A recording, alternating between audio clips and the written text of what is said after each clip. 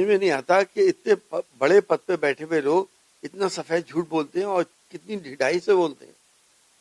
اب جو واشنگٹن سے جاری ہوئی ہے یہ ڈیل کے سنopsis، اس میں پہلی لائن میں ہے کہ کسانوں کے پروڈکٹس جو ہیں وہ امریکہ بھیجے گا 0% ٹیرف کے اوپر.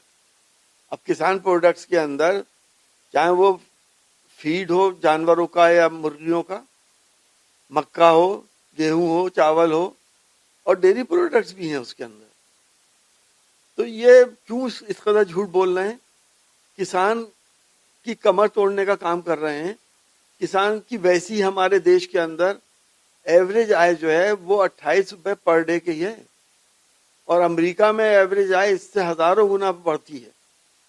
امریکہ کے کسان کو ہم سے کہیں زیادہ سبسڈی دی جاتی ہے، اور امریکہ میں جو کسان ہیں ان کے پاس 40 ایکڑ سے لے کے 400 ایکڑ تک کی زمینیں ہیں. ہمارے یہاں ایوریج زمینیں 2 ایکڑ ہیں ایک کسان کے پاس. ہم کیسے ان کا مقابلہ کر لیں گے؟ ہمارے ڈیری پروڈکٹ ان کا مقابلہ کیسے کریں گے؟ ابھی امول، مدر ڈیری، پراگ، یہ سب کیا بند کرانا چاہ رہے ہیں لوگ؟ اب بھینسیں پالنا، گائے پالنا بند کر دیں، آخر ہوگا کیا؟ ہم اتنا جھک گئے امریکہ کے آگے کہ ہم نے ان کا اس بات کو مان لیا کہ ہم روس ہمارا جو پرانا متر ہے اس سے ہم تیل نہیں لیں گے. اتنے دباؤ میں آ گئے ہم. اور امریکہ نے کہا ہے کہ جو وینزویلا کا تیل ہم بھارت کو بیچیں گے.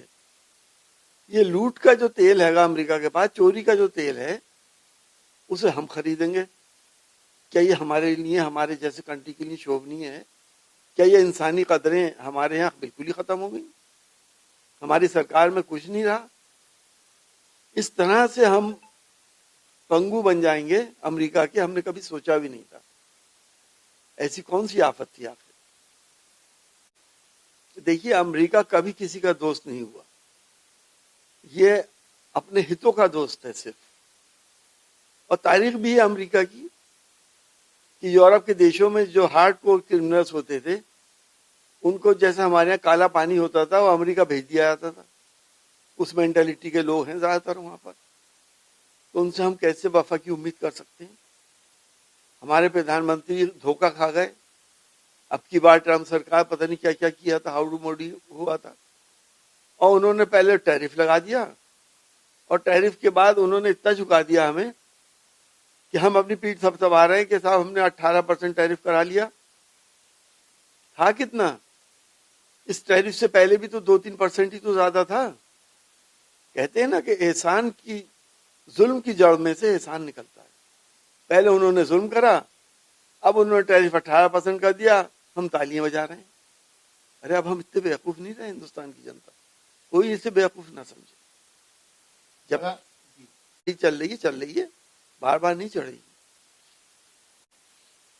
دیکھیے، ہم تو اللہ سے دعا کرتے ہیں کہ ہمارا دیش آسمانوں کی بلندیوں پر پہنچ جائے، سب سے اوپر ہو جائے. لیکن کب ہوگا؟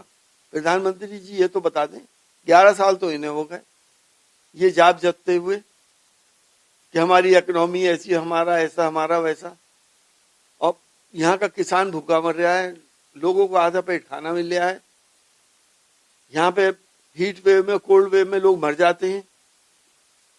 زمینی حقیقتیں کیا ہے؟ ذرا وہاں تو آئیے، زمین پہ تو اتر آئیے، اس کے بعد بات کریے. آپ بڑی بڑی کا ناٹک کرتی ہے لیکن کہتی کچھ اور. دیکھیے، یہ سب کچھ جو ہو رہا ہے یہ بی جے پی کے اشارے بھی تو ہو رہا ہے. پہلی فلمیں انسانیت سکھاتی تھی، پیار محبت سکھاتی تھی، بڑوں کا ادب سکھاتی تھی، دوست کی دوستی سکھاتی تھی. آج کیا ہو رہا ہے؟ کشمیر فائلز آ گئی، ادے پور فائلز آ گئی، اب اور یہ فلم آ رہی ہے جس میں اب ہندو مسلمان نہیں ہو کے اب جو ہندو بھائیوں کی سب سے اونچی جاتی ہے اس کا اپمان کر رہے ہیں. یہ اجازت مل کیسے رہی ہے ان لوگوں کو؟